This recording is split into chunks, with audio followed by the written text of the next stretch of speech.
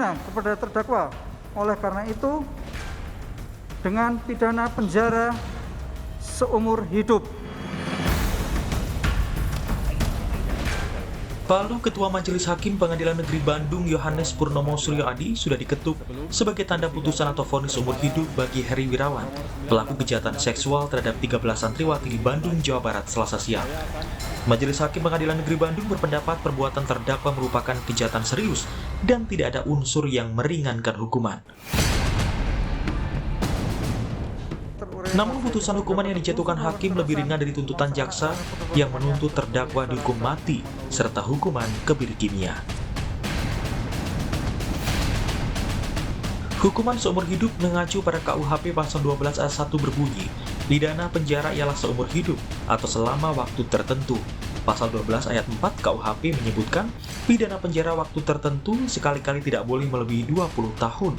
Artinya, bisa disimpulkan kalau penjara seumur hidup merupakan pidana penjara selama terpidana masih hidup hingga meninggal dunia. Menanggapi putusan itu, kuasa hukum terdakwa menyebut banyak tuntutan JPU yang tidak dipenuhi majelis hakim. Sementara berkait banding tidak hanya atas hukuman itu, kuasa hukum menyebut masih menunggu keputusan dari terdakwa Heri Wirawan. Putusan hakim ya, bukan pendapat saya. Berdasarkan pasal 67 KUH pidana, ketika pidana maksimal diterapkan, tidak bisa diterapkan hukuman lainnya. Dan putusannya pun demikian. Saya udah bicara sama rekan-rekan bahwa kami cuma memberikan tahu kepada terdakwa tentang hak-hak terdakwa. Bisa menerima, bisa banding, dan bisa pikir-pikir. Yang menyikapi putusan adalah bukan kami, tapi harus terdakwa. Nanti kami diberi kabar. Jaksa penuntut umum dari Kejati, Jawa Barat mengaku pikir-pikir terlebih dahulu terkait vonis yang dijatuhkan hakim pada terdakwa pemerkosa 13 santriwati di Bandung. Namun jaksa mengapresiasi karena putusan hakim sesuai dengan dakwaan primer yang dilayangkan JPU.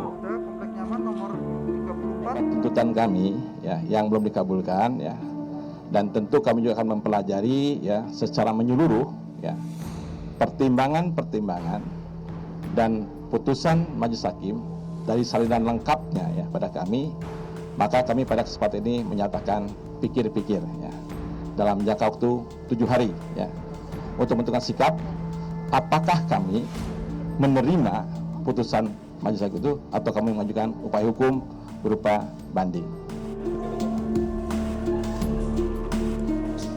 Sementara Komisi Perlindungan Anak Indonesia KPAI menyoroti vonis Heri Wirawan terdakwa kejahatan seksual pada santriwati. KPAI menyatakan hukuman harus disertai penyitaan dan aset-aset milik pelaku.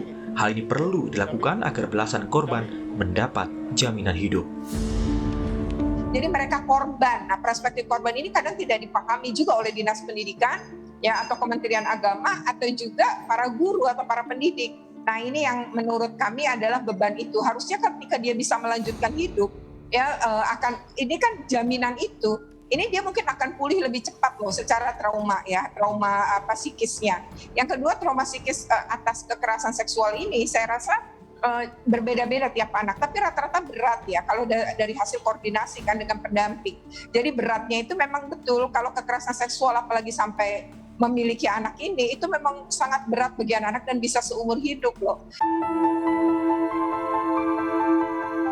Seperti diketahui, kasus ini menjadi perhatian berbagai pihak. Pasalnya, Heri tidak hanya memperkosa 13 santriwati hingga hamil dan melahirkan, tetapi juga memperalat anak-anak tersebut untuk meraih simpati dan menggalang dana bantuan. Aksi kejahatan itu dilakukan dalam kurun waktu 2016 hingga 2021. Tim Liputan, Kompas TV.